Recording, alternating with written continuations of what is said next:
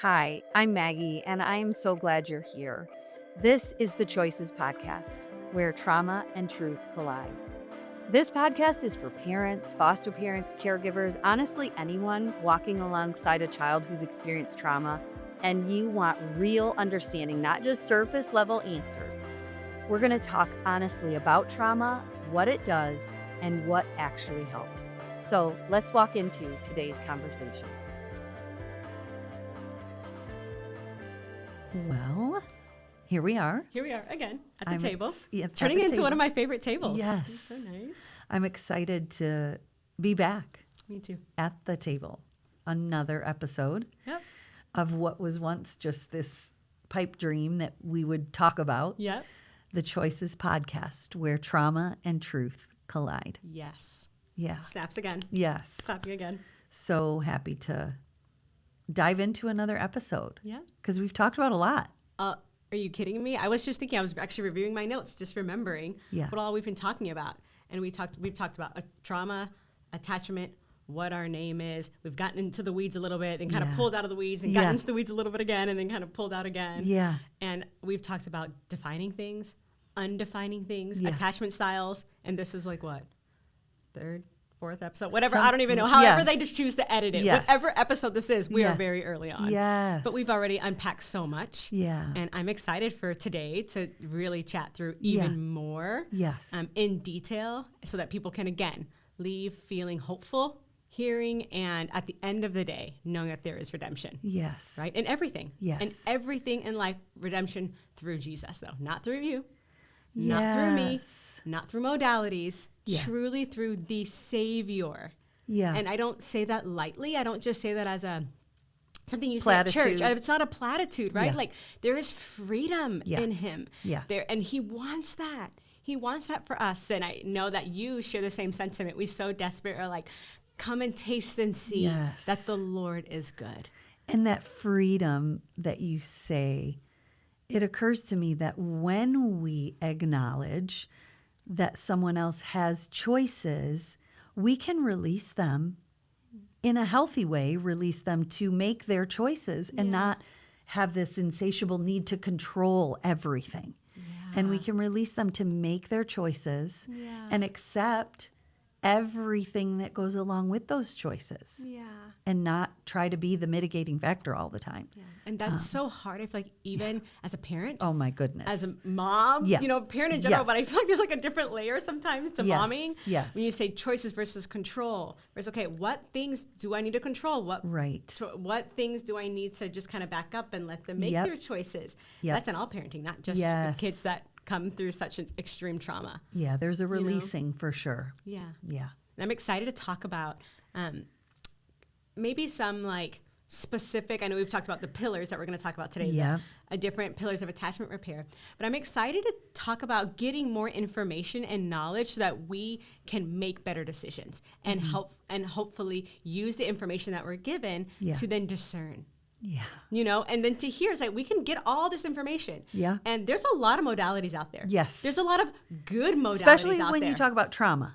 Yes, exactly. I mean, just Specifically. Google it. Are you kidding and me? it's like, Yeah, there's what TBRI, Yep. CBT. Yep. There's what the stages of change. Yep. There's what, like Yep. 6, 7, 8 Trauma more. focused CBT, Yep. EMDR. And those are all things that we use and so Yep. many more. I made a list here. Reality-based therapy, motivational interviewing. We have integrative approaches. We have pro-social building, mentoring, exposure therapy, not to mention the whole field of psychiatry. Right. There's not And even touching that psychotropic part. medication. Yeah. So there's so much that we as a society throw at trauma. Yeah. There's a lot, and a lot of it works. It's really great stuff and empirically based, Yes. evidence based Yeah. stuff. Yeah. And we believe in all of that Yeah. at HOP, and we really utilize Yes. even all of those that we just listed. All of those are at play Yeah. in our clinical approach to Right. trauma. So I don't want people to just think we're saying you have choices, Right. make a good choice, and that's the end of it. Right. We're not saying that. There's ways to approach it that are rooted in wisdom Yes. and we subscribe to all of the Bible, but particularly Psalm 1, where it says, don't sit in the counsel of the ungodly. Yes. There's so much that we bring together when we're approaching trauma. And so I don't want people to get mixed up when we say pillars that are needed for attachment repair, that these are the modalities. These are not necessarily the modalities that we use, but these pillars are part of the attachment repair model that we've developed. Yeah, absolutely. And as we talked about episode 1, it works. Yes. It works. And I love that you mentioned the different modalities, because not just how we use them, but it's not linear, number one. And number 2, it's kind of an amalgamation. Yes. You know, we try this and we don't always get it right. Right. We tried to be right. JK, back up. That did not work. Yeah. Let's try this one. Let's try this one. Let's try this one. Yeah. You know what I mean? But we have found that utilizing them and discerning which one and when to use. In which situation. Yep. With which kid. Which right? kid. Yep. You can't TBRI violence. Yes. And how many people We want have to bring do that? safety first. Yep. And then you can reconnect through TBRI later once safety has been brought to it. So we could digress into the I feel like the modalities that we use every day so easily and really unpack each one specifically. But I just think it's important to say that we have the utmost regard for all of these modalities that have proven time and time again for families. Yeah. But pillars are something different. Yes, pillars are something completely different. And I know that we've labeled them the pillars of attachment repair. Yep. And just to kind of like do a quick Reader's Digest of our previous episodes, where we chatted through the 4 different attachment styles. Yes. Right? And we're not going to go through that again. Go listen again. Yep. If somebody wants to hear about those. Both those 4. And something that we deeply believe and know deep in our souls. We've talked about this, right? Yeah. The hope that we have, the redemption that we have in Christ, and that we believe 100% in neuroplasticity and that healing is possible. Yes. Right? So tell me about these pillars of attachment repair.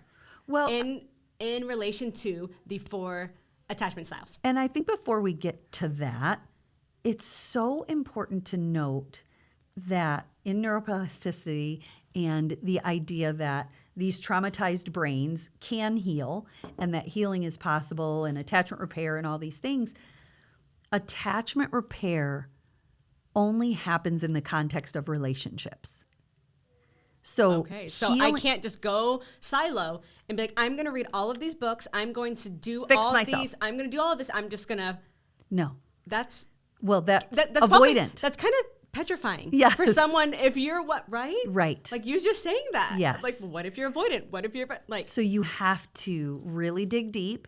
And that's where really good therapy comes in to help you make the choices to let people in and pick good relationships that aren't going to further injure your attachment, but that will allow you space to try it out, maybe retreat a little bit, try it out again, and heal. And I'm in some beautiful relationships currently that I have watched the attachment heal and go from forms of those 3 insecure attachment styles to a fully secure attachment style now. And it's beautiful. It's beautiful. Yeah. Yeah. But you can only heal attachment in relationship.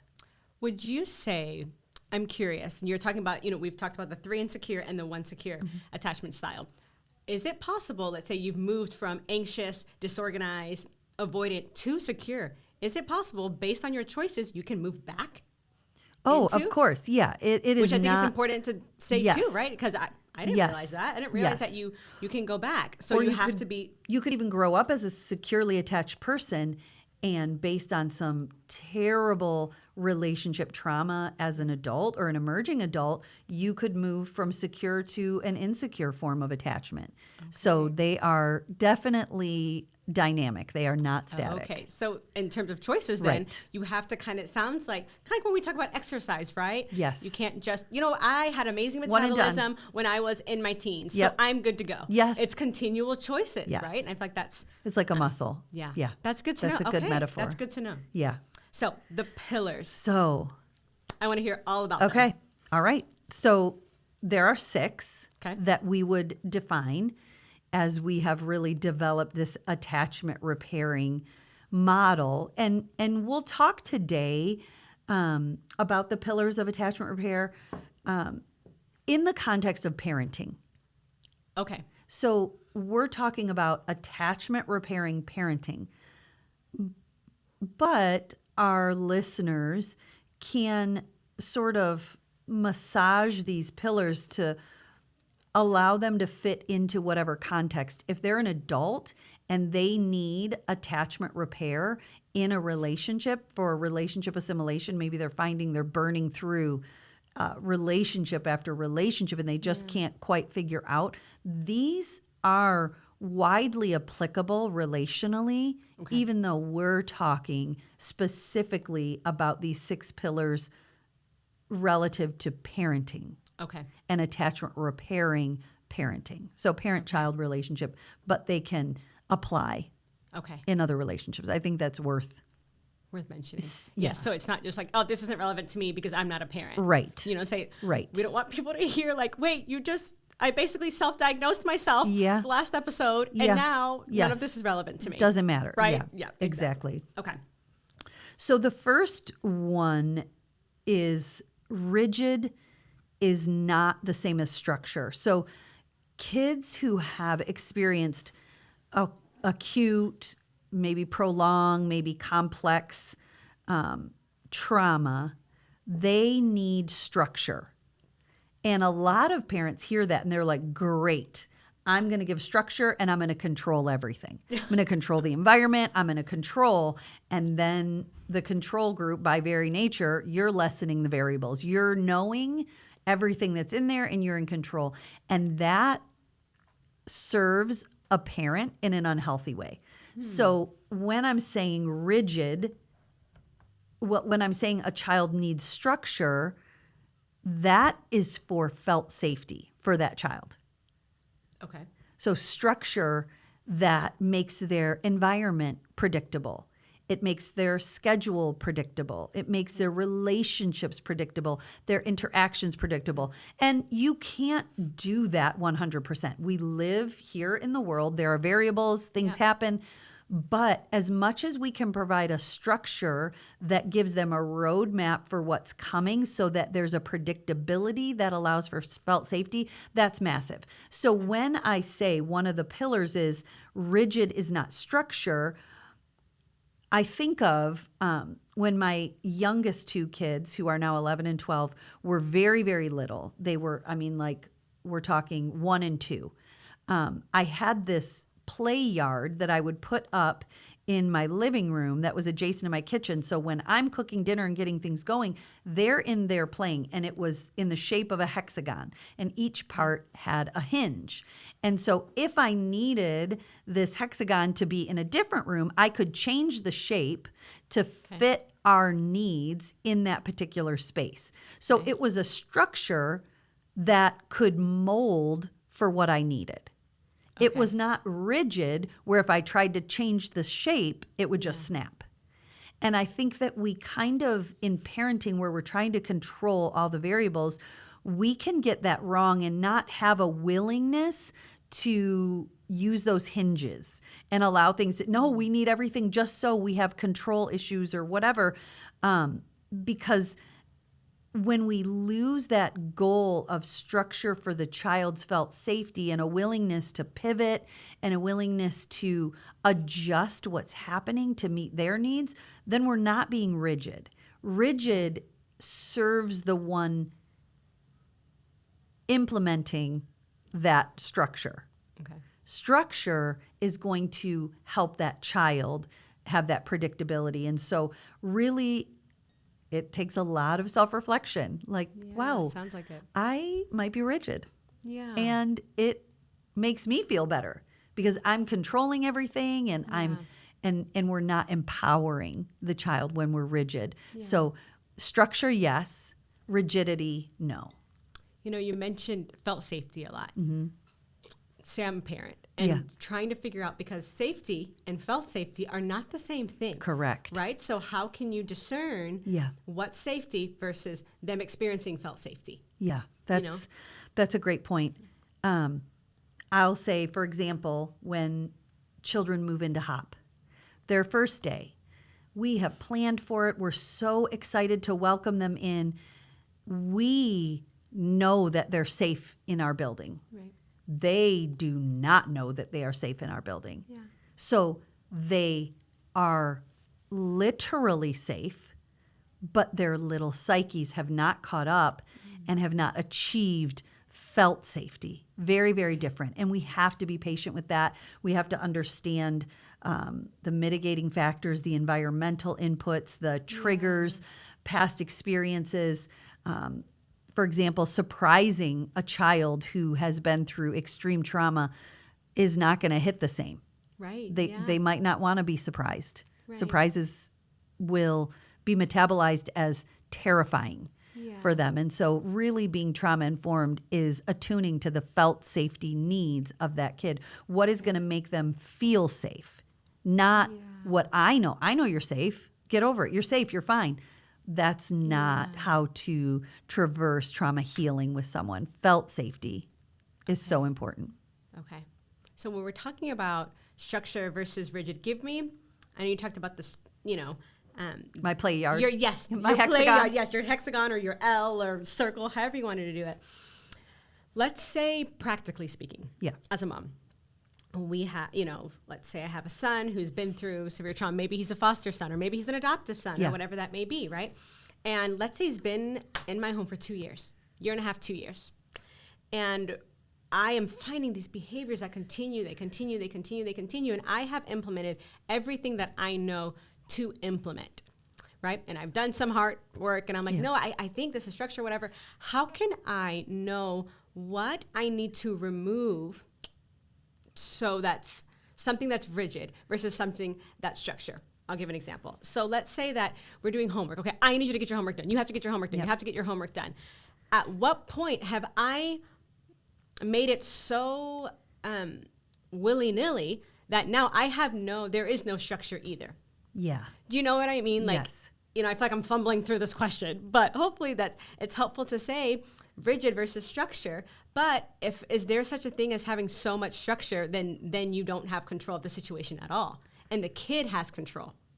Oh, Do you know for do you sure. know what I mean? Yes, for sure. And so I think when you're looking at structure and you're trying to determine, is this too much structure? Am I making this huge power struggle battle over homework? Yeah. And sometimes you have to, I find for me as a parent who has parented a number of children with pretty extreme trauma, sometimes I have to zoom out, and I've gotten it wrong a lot. But I find that I have to zoom out to the macro and say, I'm treating this homework like this is a hill to die on. Okay. And so I need to step back and say, is this going to age well? How much in the grand scheme does this homework sheet matter? And so there's times where you are not going to, cry uncle and surrender, but you're saying okay, we're in a power struggle. There's times where I've just said, okay, here's your homework. And I'm not going to fight with the kid because relationship is more important. Do it or don't do it. If he's in 3rd grade, 4th grade, this is not affecting adulthood. Yeah. This is not in the grand scheme of things. So there's times where you just okay, this is not the hill to die on. Yeah. I also find helpful to talk to people around you and get other perspectives who understand what you're doing. Okay. It could be a therapist. It doesn't have to be. I think too many people are utilizing therapists where they should have a friend. Yeah. So can you just have a friend and say, this is making me crazy, the homework, and they might be able to give you hey, have you thought of this? And so you have to allow input from people who you trust and people who are not triangulators. We can talk about that later. But it's really, really important that you don't call it structure when it's really just a power struggle. And you are you have to be right, Yeah. you know. Yeah. So So what does a power struggle look like? a power struggle looks like I need control and I'm triggered. So is it, As would the you parent. say like parenting back in the day when it would be like, because I said so. You have to do this because I said, like there's Right. no rhyme or reason. And not just saying because I said so, but almost like that's the heart stance. Yes. Just because I have to be in control of the Yeah. situation. Yeah.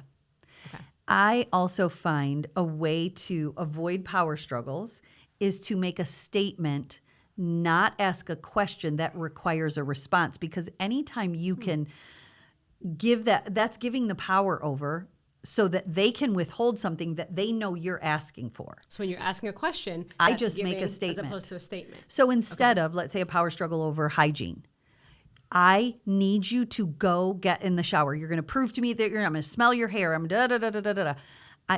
That power struggle. Have you showered? Are you in? All the questions and the back and forth. I might just say something about, you really should shower tonight, but if you don't want to, that's fine.